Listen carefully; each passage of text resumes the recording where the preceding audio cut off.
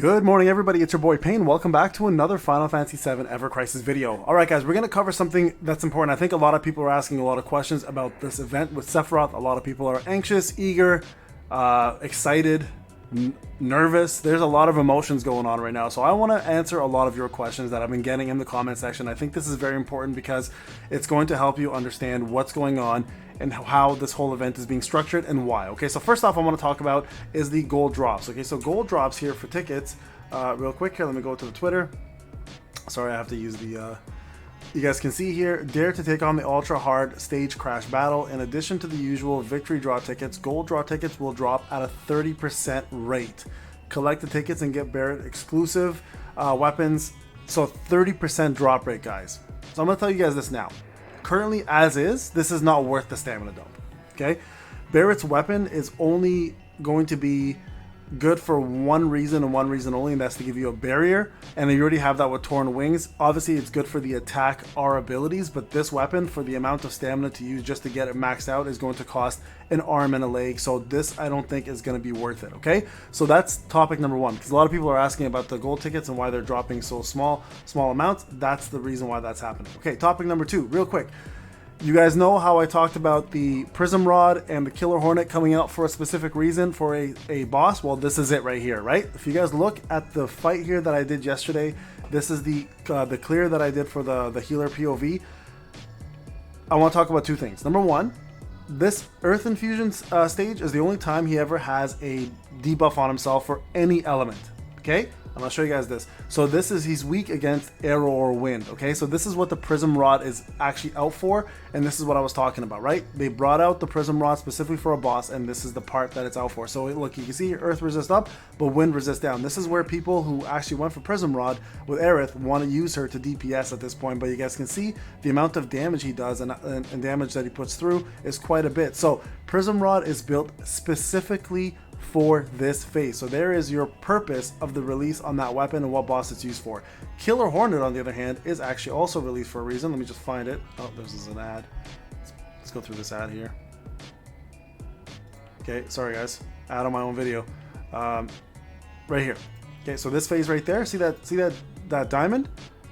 That's what Killer Hornet is out for. So this is proof that they did release two weapons for a specific boss and event, and this is it right here. So arrow, you guys can see here, everything else is useless. So diamonds, specifically Killer Hornet, and the other weapons that have this diamond capacity are going to be used here, but Killer Hornet came out, in my opinion, specifically for this phase. Every other phase that he has, I'm just trying to find it here, right there, he is actually immune to all elements, right? Look at that, immunities to all elements. So only time he's ever weak against anything is arrow, and then that Killer Hornet phase with the diamond. Obviously there's three other weapons that have that ability, but I'm just saying they brought up the banner for a reason. So that's just to go over that. Okay, so there's your reasoning behind the banner, guys. Okay, so don't make my mistake. Don't cast Diamond Dust during this phase and only do one damage. It was a mistake. 1:30 in the morning. Okay, number two, that was number two. Okay, number three, I want to talk about the actual event itself. So a lot of people are upset and calling this a whale event. You guys have to remember one thing, okay? This is definitely currently, as it stands, a whale event. Let me close this. Sorry, I wasn't supposed to go there. I'm supposed to go to notices. You have to remember that we're going to be getting hold on, commemorative gift. That's great. Final Fantasy was awarded best mobile game. That's amazing. We're going to be getting this right here coming up, right? The level increase. So this is happening as of tonight. So level 55 and more character stream is going to make this a lot easier to beat. Okay, currently as it stands at level 50 for free to play, you're not gonna beat this. Okay, unless you're high powered free to play and you had insanely good luck, which can happen by the way. But you're not going to be beating this anytime soon as a free to play, especially at the 170 mark. Now I'm going to try to do the 170 mark today. I have tried it last night, and I can tell you it's extremely difficult because this is the power that I went in with, right over here, 117k, and I got destroyed. Okay, and I'm being honest with you guys, I got destroyed. So, but I'm still gonna try to do a guide for you guys and see how we handle this. Now that I know the full fight in co-op mode, it might make things a little easier. So right now, guys, as it stands, level 50 it really isn't meant to tackle this as free to play. We're supposed to most likely be tackling this at level 55, and I keep saying when the devs bring something out, they do it with purpose. So that's the reasoning behind it. Now, this event was actually supposed to drop today as well. They dropped it a day early. I'm only imagining they did that in order to allow people the opportunity to test the fight out and see what you're supposed to prepare for today. So level 55 for sure is going to make things a lot easier.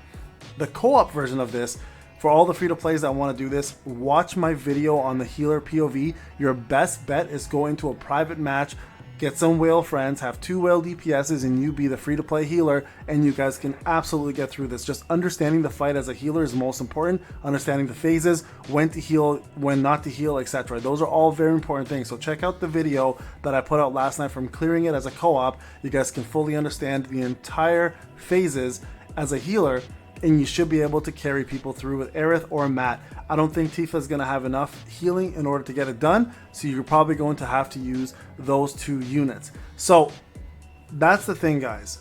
I don't think this event is worth the stamina dump for Barrett's weapon unless they increase the tickets, because it's insane the amount of actual stamina required to get a ticket up here. You guys can see here, 1 draw is the same amount, so it's not like they lowered the amount. It's going to be very, very difficult to get yourself any of these prizes through the jackpot because of the little amount of drop rate for these tickets, right? Look at that, I'm already done. And it's something I recommend guys hold off on, okay?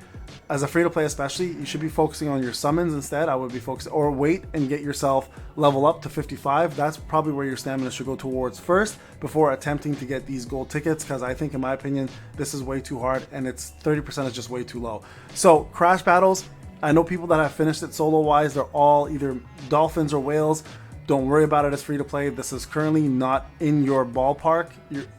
Like I said, the only free-to-plays that may even have a chance on this, at the 170 mark at the very least even, is going to be ones who got super lucky with summons and have a lot of good dupes and are able to push 155-ish to 170-ish to get this crash one done. It's not impossible, but it's highly unlikely that most of us will be able to do this. So I'm going to try the 171 with free-to-play. I'm going to be honest with you guys with my attempts and see what I get out of it. Co-op was easier to clear. I highly recommend everybody who's looking for the icon, who is a free-to-play player, work on your healer.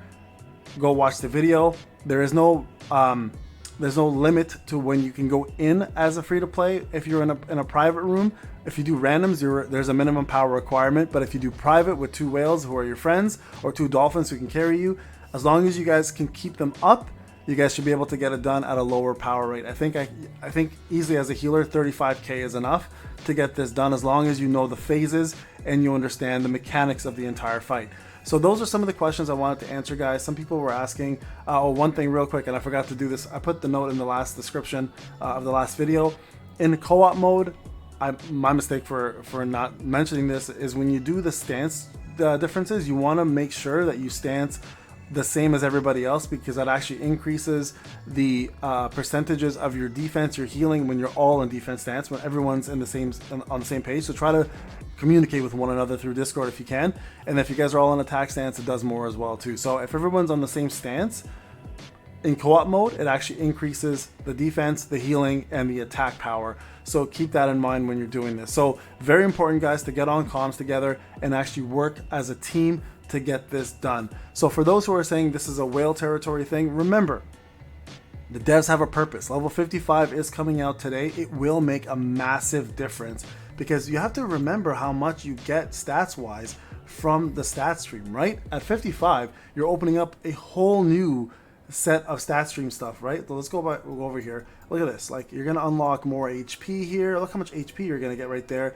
You're gonna unlock more HP here, more healing, more magic, more damage, etc. Right? So, and I'm not even sure how far this goes, but this is a lot more to work with, and you're getting your somersault up to level 7, or I guess 7 in this case, because I don't have 6 yet. So there's more stats, more limit break power, more attack power, more healing, more magic, etc. So like I said, for free to play, before you jump the gun and be like, this is whale territory, which it is right now, by the way.